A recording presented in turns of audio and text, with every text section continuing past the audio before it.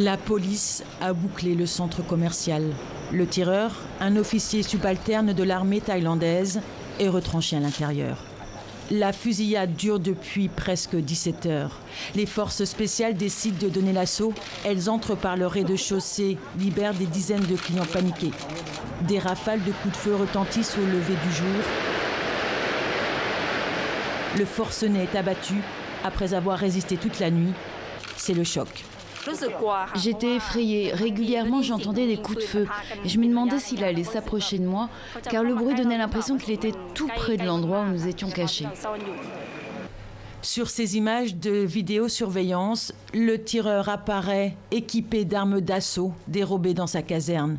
La tuerie a commencé samedi en fin d'après-midi à Nakhon Ratchasima, sur une base militaire. 3 personnes y sont tuées.